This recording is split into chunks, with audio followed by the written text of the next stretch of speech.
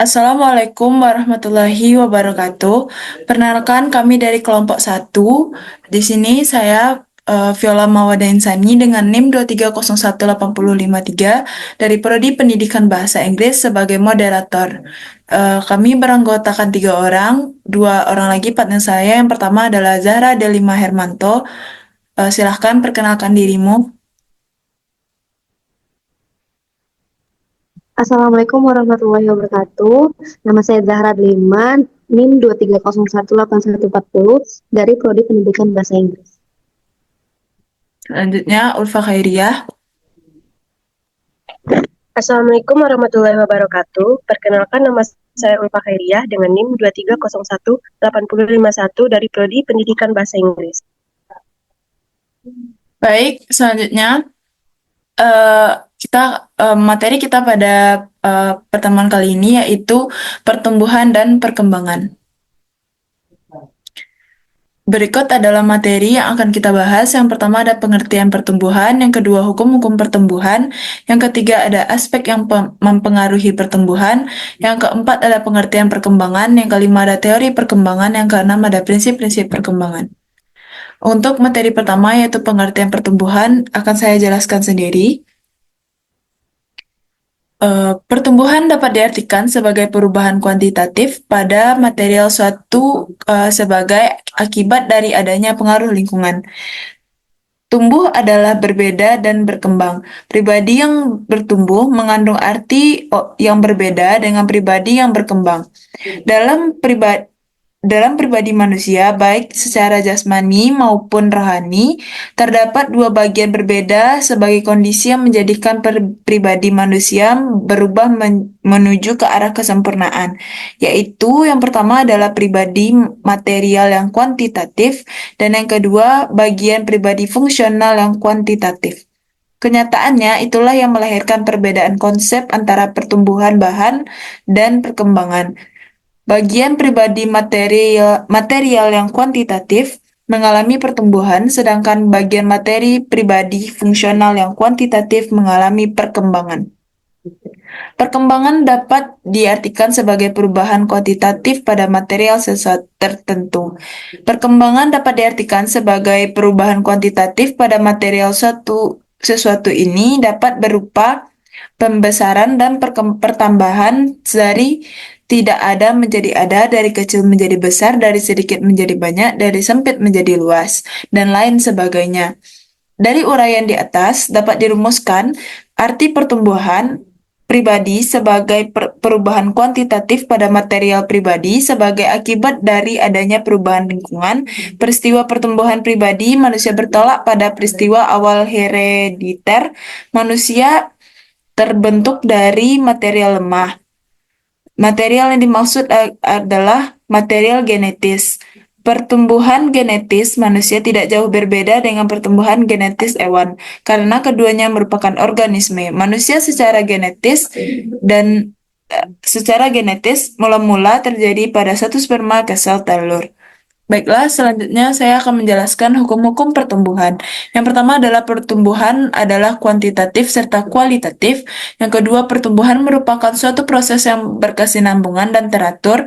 Yang ketiga, tempo pertumbuhan tidak sama. Yang keempat, taraf perkembangan berbagai aspek pertumbuhan berbeda-beda. Kecepatan serta pola pertumbuhan dapat dimodifikasi oleh kondisi-kondisi di dalam dan di luar badan. Masing-masing individu tumbuh dengan cara sendiri yang unik. Yang terakhir yaitu pertumbuhan adalah kompleks dan semua aspeknya berhubungan. Baik, selanjutnya aspek-aspek yang mempengaruhi pertumbuhan akan dijelaskan oleh Zahra Delima. Kepada Zahra Delima dipersilahkan. Baik, terima kasih moderator. Saya Zahra Deliman yang akan menjelaskan pada bagian materi ini, yaitu aspek-aspek yang mempengaruhi pertumbuhan. Yang pertama adalah anak sebagai keseluruhan. Dimaksud di sini adalah anak sebagai keseluruhan tumbuh oleh kondisi dan interaksi dari setiap aspek kepribadian yang dia miliki. Intelek anak berhubungan dengan kesehatan jasmaninya. Kesehatan jasmaninya sangat dipengaruhi oleh emosi-emosi, sedangkan emosi-emosinya dipengaruhi oleh keberhasilannya di sekolah, kesehatan jasmaninya, dan kapasitas mentalnya. Yang kedua adalah umur mental anak. Umur mental anak mempengaruhi pertumbuhannya. Umur mental anak akan mempengaruhi kapasitas mentalnya. Kapasitas mental anak menentukan prestasi belajarnya. Penelitian tentang hubungan antara prestasi belajar dengan pertumbuhan anak pada umumnya telah dilakukan. Yang ketiga, permasalahan tingkah laku sering berhubungan dengan pola-pola pertumbuhan. Kita harus menyadari bahwa pertumbuhan sendiri menimbulkan situasi-situasi tertentu yang menimbulkan permasalahan-permasalahan tingkah laku. Anak-anak yang pertumbuhannya cepat, lambat, atau tidak teratur sering menimbulkan permasalahan-permasalahan pengajaran. Yang keempat, penyesuaian pribadi dan sosial mencerminkan dinamika pertumbuhan. Peristiwa-peristiwa yang terjadi pada anak akibat pertumbuhan dan setelah dihadapkan dengan tantangan kultural masyarakat, terutama harapan-harapan orang tua, guru-guru, dan teman-teman, sebayanya tercermin di penyesuaian sosialnya. Anak yang tidak menunjukkan kelainan-kelainan menonjol dalam pergaulan sosialnya, itu dapat berarti bahwa pertumbuhan anak itu normal. Selanjutnya, moderator.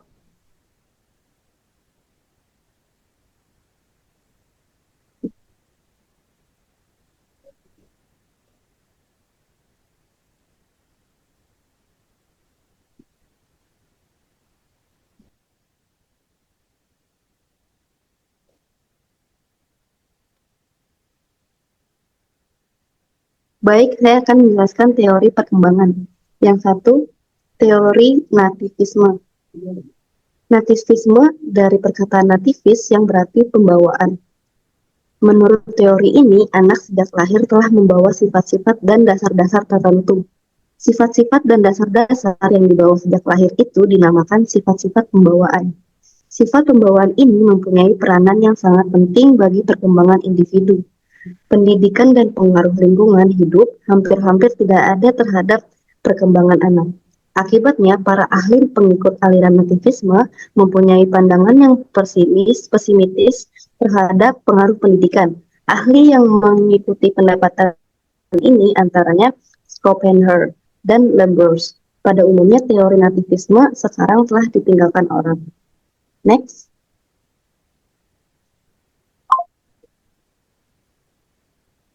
Teori empirisme. Menurut teori ini, manusia tidak memiliki pembawaan. Seluruh perkembangan hidupnya sejak lahir sampai dewasa semata-mata ditentukan oleh faktor dari luar atau faktor lingkungan hidup dan pendidikan. Salah seorang pelopor teori empirisme ialah John Locke, seorang ahli filsafat orang Inggris yang hidup pada tahun 1932 sampai 1704. Ia mengatakan bahwa anak lahir seperti kertas putih yang belum mendapat coretan sedikit pun. Akan dijadikan apa kertas ini terserah kepada yang menulisnya.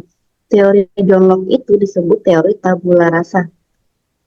Orang lain yang mempunyai pendirian seperti John Locke adalah Watson, pendiri psikologi behaviorisme di Amerika. Next. Teori naturalisme. Menurut Russell, teori ini adalah teori yang menganjurkan supaya pendidikan diberi kebebasan dan guru tidak boleh menghukum, tetapi hukumannya harus diberikan alam sendiri. Dimaksudnya di sini adalah pendidikan yang baik ialah memberi kebebasan pada anak berkembang. Menurut kodrat yang baik itu, dalam pendidikan guru tidak boleh menghukum, tetapi hukumannya harus diberikan oleh alam sendiri. Kritik yang sering dilancarkan oleh kepada Russell ini ialah Russell pura-pura tidak menyadari arti kebudayaan bagi hidup manusia dan tidak menyadari bahwa tidak semua kebudayaan memberi pengaruh jelek. Lagi pula, bila anak diserahkan begitu saja kepada alam, akan menimbulkan bahaya besar. Bila anak naik pohon, guru tidak boleh melarang, atau anak berbuat salah, guru tidak menegur, ada kemungkinan besar anak tersebut menjadi bertambah jahatnya. Walaupun mungkin dia dihukum oleh alam, mungkin hukuman itu tidak dapat memperbaiki sifat jahatnya yang menjadi darah daging akibat kebiasaan yang tidak berlarut-larut. Next, selanjutnya teori rekapitulasi. Teori rekapitulasi mengatakan bahwa perkembangan individu merupakan ulangan dari perkembangan jenisnya. Next.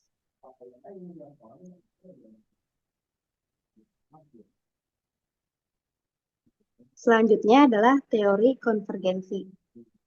Teori ini berpendapat bahwa Manusia dalam perkembangan hidupnya dipengaruhi oleh bakat atau pembawaan dan lingkungan atau oleh dasar dan ajar. Manusia lahir telah membawa benih. Benih tertentu, benih-benih mana baru bisa tumbuh berkembang karena pengaruh lingkungan. Dengan demikian, perkembangan benih itu tergantung pada lingkungannya. Usaha pendidikan yang harus dilakukan ialah mengusahakan agar benih-benih yang baik dapat berkembang sampai batas maksimum dan perkembangan benih-benih yang jelek direm atau ditekan sekuat mungkin sehingga benih yang jelek itu tidak dapat tumbuh. Pada umumnya, para ahli pendidikan dan psikologi mengikuti paham konvergensi ini, walaupun banyak juga kritik-kritik yang dilancarkan terhadap teori ini. Salah satu kritik ialah Strom tidak dapat dengan pasti menunjukkan dengan pasti perbandingan kekuatan dan pengaruh itu. Selanjutnya, saya kembalikan kepada moderator. Baik, terima kasih Zahra Delima. Maaf sebelumnya karena kami lupa untuk menjelaskan tentang pengertian perkembangan.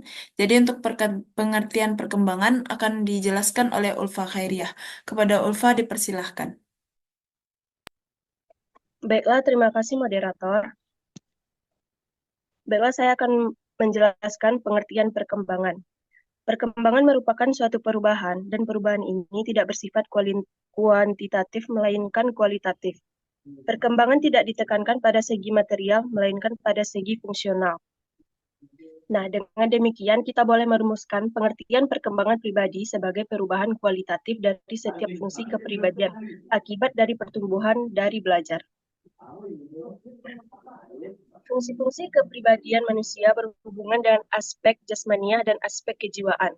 Fungsi-fungsi kepribadian yang jasmania misalnya, pertama, fungsi motorik pada bagian-bagian tubuh. Kedua, fungsi sensoris pada alat-alat indera. Ketiga, fungsi neurotik pada sistem syaraf. Keempat, fungsi seksual pada bagian-bagian tubuh yang erotis.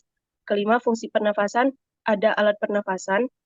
Fungsi peredaran darah pada jantung dan urat nadi. 7. Fungsi pencernaan makanan pada alat pencernaan.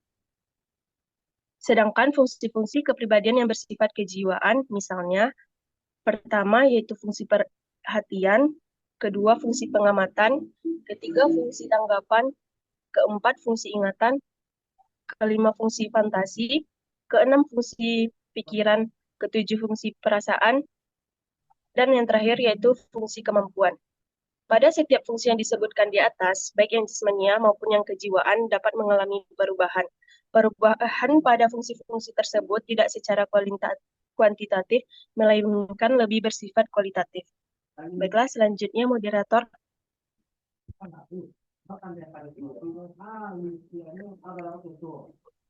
Baik, selanjutnya itu prinsip perkembangan. Lanjutkan Ulfa. Selanjutnya yaitu prinsip perkembangan. Yang pertama yaitu kesatuan organis. Anak adalah satu kesatuan organ, bukan kumpulan elemen atau unsur yang masing-masing berdiri sendiri tanpa ada hubungan satu sama lain sehingga masing-masing hubungan dilatih secara terpisah. Tiap-tiap fungsi tidak tumbuh dan berkembang terlepas dari fungsi-fungsi yang lain. Masing-masing fungsi dan unsur-unsur baru mempunyai arti dalam hubungannya dengan keseluruhan. Prinsip ini menyarankan agar pelajaran yang diberikan di sekolah ada hubungannya satu sama lain. Integrate kurikulum yang dianjurkan dalam pendidikan modern sebenarnya berserdi kepada prinsip-prinsip kesatuan organis dan perkembangan individu. Yang kedua yaitu tempo dan irama perkembangan. Menurut prinsip ini, tiap anak memiliki irama perkembangan sendiri. Ada anak yang memiliki tempo perkembangan cepat, ada yang lambat. Maka dari itu, prinsip ini menganjurkan adanya bimbingan yang bersifat individual. Prinsip ini menganjurkan adanya bimbingan yang bersifat individual di samping bersifat klasikal. Anak yang memiliki umur kronologis yang sama tidak selalu mengalami taraf perkembangan yang sama dan memiliki sifat-sifat perkembangan yang sama. Walaupun pada umumnya anak umur 6 tahun lebih matang untuk mengikuti pelajaran sekolah dasar pada tingkat permulaan, tetapi terjadi juga pada anak umur 7 tahun belum matang mengikuti pelajaran pada sekolah. Itu karena perkembangannya terlambat. Anak ini mungkin bukan anak lemah jiwa, tapi karena perkembangannya yang lambat. Selanjutnya, moderator. Yang ketiga yaitu golongan dengan pola yang sama. Proses pertumbuhan dan perkembangan adalah suatu perubahan yang sama bagi semua anak di dunia. Sesuai dengan prinsip ini, sekolah melaksanakan pendidikan klasikal atau pembelajaran dalam kelas. Anak tidak akan bisa berjalan sebelum berdiri tegak, dan pada umur yang sama, pada umumnya terdapat minat yang sama.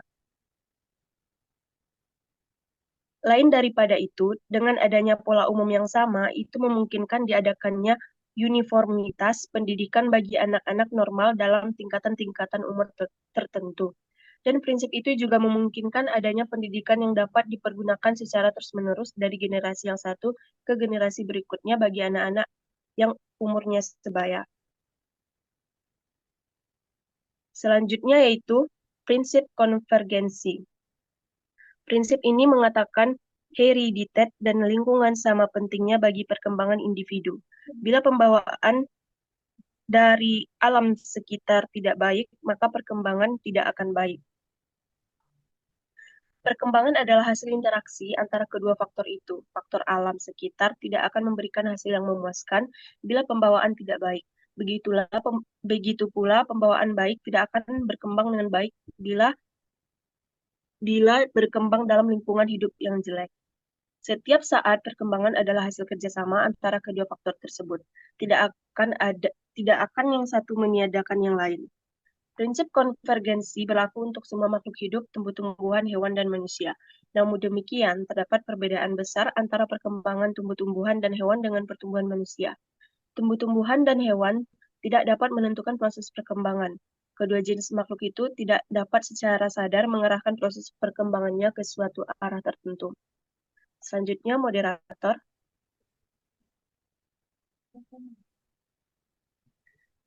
Selanjutnya yaitu kematangan. Mengatakan bahwa kematangan mengatakan bahwa efek usaha belajar tergantung kepada tingkat kematangan yang telah dicapai oleh anak. Prinsip ini mengandung arti bahwa tidak ada gunanya memaksa individu melaksanakan usaha itu. Usaha yang demikian itu bukan mungkin menimbulkan akibat yang mengecewakan. Anak tidak akan mendapatkan perkembangan yang lebih cepat, tetapi bahkan sebaliknya. Prinsip kematangan mempunyai implikasi pendidikan yang penting. Pendidikan tidak boleh memaksa atau memperkosa perkembangan anak. Mengajar fungsi-fungsi yang belum masanya merupakan usaha yang sia-sia belaka. Semua bahan pelajaran yang diberikan kepada anak harus sesuai dengan taraf perkembangan yang telah dicapai. Sampai saat ini, bahan pelajaran pada sekolah-sekolah kita masih banyak yang tidak cocok dengan taraf perkembangan anak yang diberinya. Untuk kepentingan pendidikan perlu kiranya diadakan penelitian yang sebaik-baiknya guna mengetahui dengan tepat waktu permulaan untuk memberikan berbagai bahan pelajaran. Selanjutnya yaitu hasrat pengembangan diri. Setiap proses perkembangan terdapat hasrat mempertahankan diri, terbukti dengan adanya nafsu makan, tidur, minum, istirahat, dan menghindarkan diri dari segala macam bahaya. Hasrat mengembangkan diri tampak dengan adanya nafsu bermain, nafsu bergerak, dan menyelidiki atau mengetahui segala sesuatu. Selanjutnya, moderator.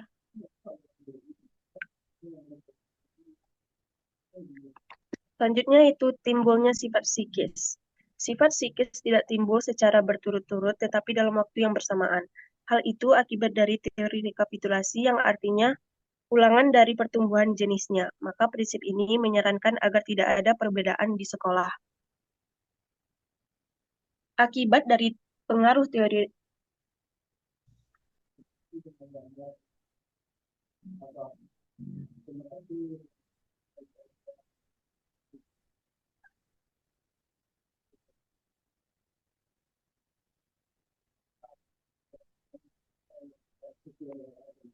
akan tetapi pandangan yang demikian itu telah ditimbulkan orang. Fungsi itu bukanlah timbul secara berturut-turut, tetapi dalam waktu yang bersamaan.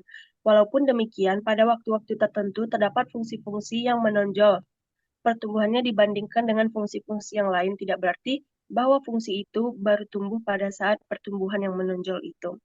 Selanjutnya yaitu diferensial dan integral.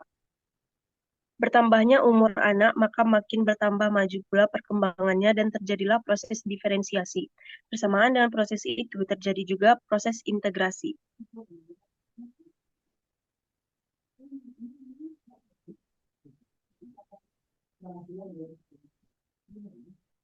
Pola-pola perkembangan selalu menunjukkan sifat-sifat umum dan total. Perkembangan yang mulai dari sifat-sifat umum dan total ini tidak hanya mengenai perkembangan jasmani, akan tetapi juga mengenai perkembangan rohani. Dengan bertambahnya umur anak, maka makin bertambah maju pula perkembangan dan terjadilah proses diferensiasi. Bersamaan dengan proses diferensiasi itu terjadi juga proses integrasi. Dengan demikian, seluruh perkembangan merupakan proses diferensiasi dan integrasi. Dalam proses perkembangan motorik akan tampak dengan jelas adanya dua macam proses perkembangan tersebut. Baiklah, sekian dari saya kembalikan kepada moderator. Baik, prinsip perkembangan yang terakhir yaitu membutuhkan asuhan.